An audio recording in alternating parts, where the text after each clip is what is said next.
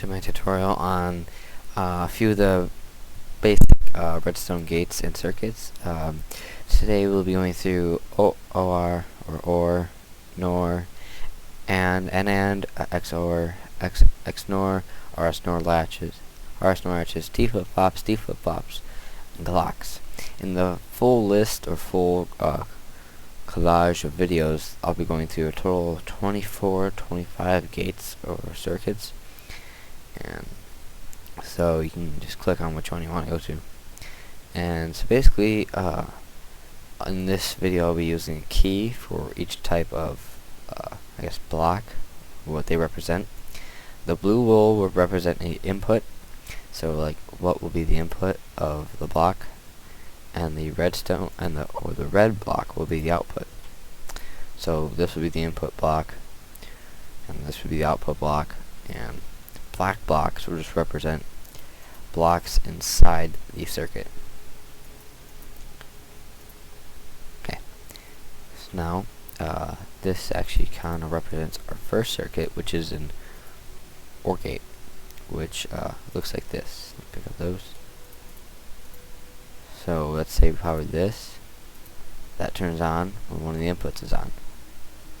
We could extend this out this way, and that's just how it works. It's pretty simple, really simple actually. The next one is NOR gate, and it drags up and out of the way here. Okay, and we have the output's actually going to be here, and we use our block here.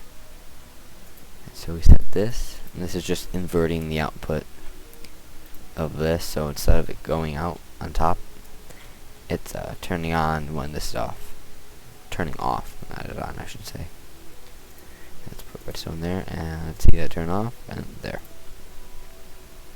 These are very simple, so if you guys are more advanced, you probably shouldn't be watching this, but it might help if you guys want to learn. And so our next one is AND gate, and you guys might know this because of the name. It's been said around a while. You might not. If you guys don't know the Minecraft naming of these, they get very related, so you might need to, well, you don't need to know, but a lot of the names or suffixes as an OR and AND, and then the prefixes of AND and X, they all mean something. So I might make a video on what they represent and mean. And so basically this is an AND gate, and this is when the output is on. So when these are on, the output is on when both the inputs are off. So let me actually get a lever for this so I can keep it. Okay, so this is off. That stays on because this one's still powering it. So when I turn both of them off, that turns on. And so that's an AND gate. And next we have an NAND gate, which is the output is off. The output's on when both inputs are on. It's kind of just inverting this one, so the output's off. The output is on when both inputs are off. The outputs are the output is off when both inputs are off, or vice versa. So this is kind of just this one just powered.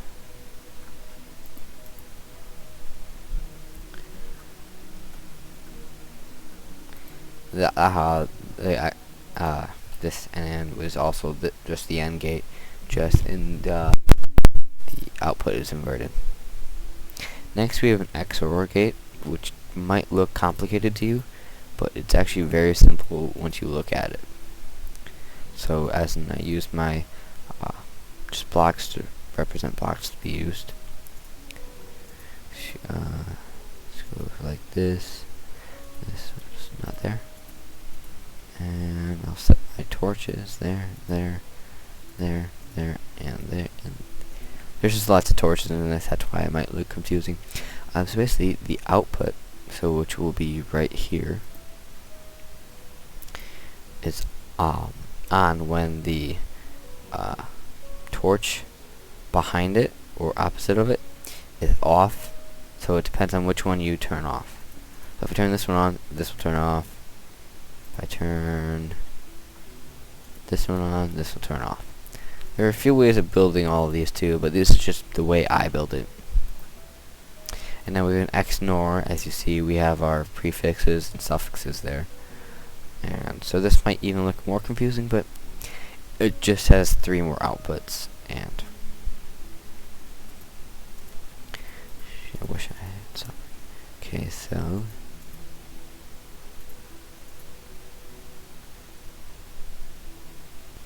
okay, yeah, sorry there. I had to cut there for a second. Someone walked into my room. So we're on the XNOR gate, I believe, yeah.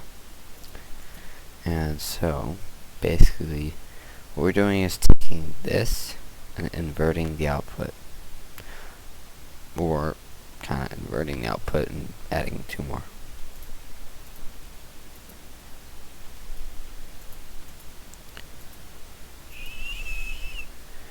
But where the outputs go is a little different too.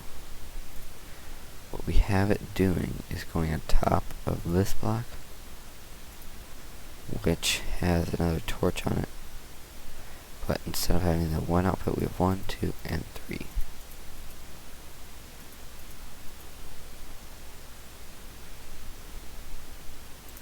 That's just kind of, yeah, inverting this output, because this one's currently off, this one's currently on. So when the output is on, it's kind of the same concept as this one. The output is on when the inputs that are equal to each other. So we have this one. See, it doesn't turn on because they aren't equal or off at the same time, but now that it is, it turns them both off. Oh, okay, I was wondering why this needs to be up here. Okay, there we go. We have this one, and then this one. I'll turn that, which will also change this. Okay, so turn that on, turn that off. Do you see what I'm saying now? They're equal, which turns this off. But they're both off, turns back on because that turns this on.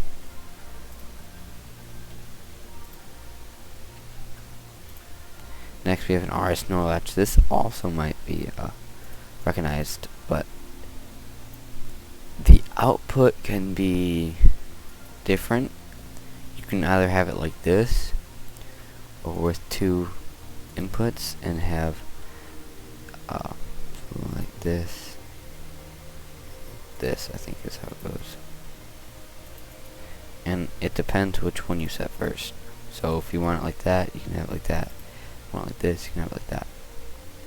You can either build it like this, or have the output just go directly into it.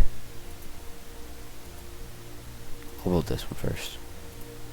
So technically, if you want to have it like that, yeah. Or you can just have one go like this. Actually, it'll go like that, or have one like that. Doesn't really matter. I'll leave this one for now. So it just turns the other one on after an input is received. So that one turns that one. And you might also have to reset it if you want to include it into something. Okay, so now we have T flip-flop. There are plenty of ways of building this. My way might be a little different than everybody else's. Okay, so I have 1, which is going to be our input. I should build it over here. Here's our input. Build it like this, actually. Here's our input, and then we have a repeater on 2. Click it 2 times. Then we have our, so that's connecting all the way, coming out and then connecting here. Then we have no delay on this one. Come up around and then set a repeater here. And then, okay, so actually let's set this here. Okay, yeah. This one needs to be facing this way, which turn this into a T flip-flop, which is this thing here. T flip-flop happens when you have a powered repeater going into a sideways repeater. So, and let's say you reverted the input. Okay, so if you want to make it depend on an input, you would have this. This is nothing related, but so you have this, and so if you wanted to, since that, okay, so if you wanted to, then flip that, and so the power would switch to that one.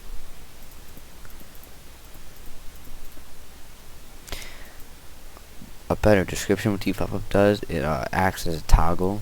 Output changes when an input receives power. This is also known as turning a button to a lever. Now a D flip-flop is a little bit different. So we have this right, and what we have is we were talking about the sideways repeater thing here, and then what would actually be happening is if we turn this off, or turn this off, and we have another input here, that's not working because flip-flops cannot be powered while in that state. So it might sound weird because we're talking about shoes, but so let's say we had an output here. Actually, I'll write my output here, and then flip because that's on.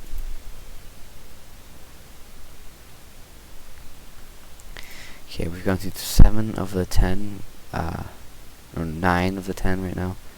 Now I'll get to the clock. There's a lot of versions of the clock. I'll try to build as many as we can right here. I'll actually not build the outputs because they're kind of obvious to build. Technically, the input's here, but this is the first example. Make sure this one's facing this way, so facing that way, and then act like you're walking in a circle. It's a circle, and then make sure this one's facing the opposite way. And what people like to do actually here, put it up one. And let's see, you want boom, boom. You might want to put delay, yeah.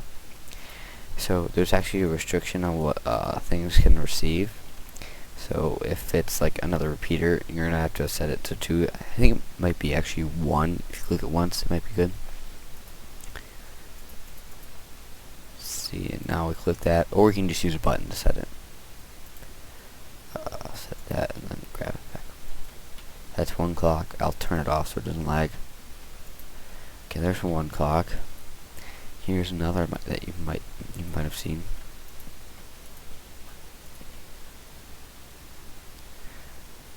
Let me get a button. This might work better for clocks.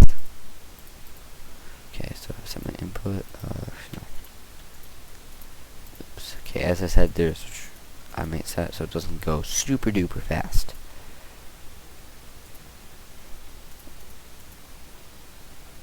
And the button actually is too slow.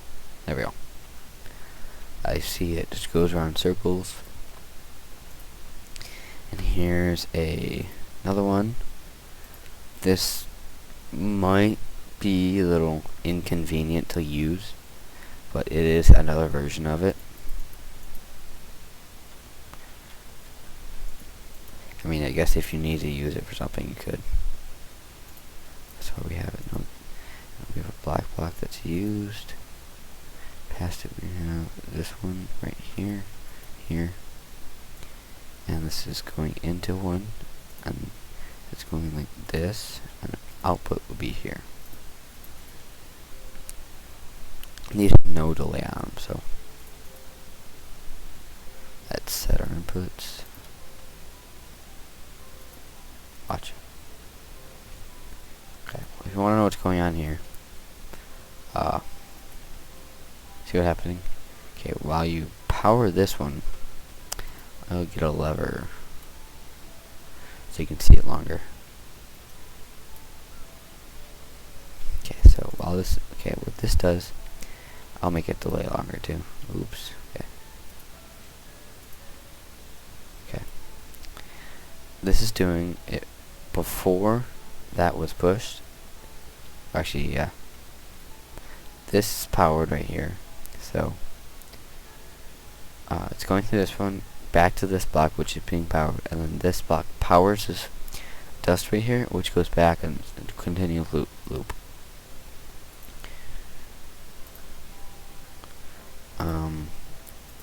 Here's a comparator one.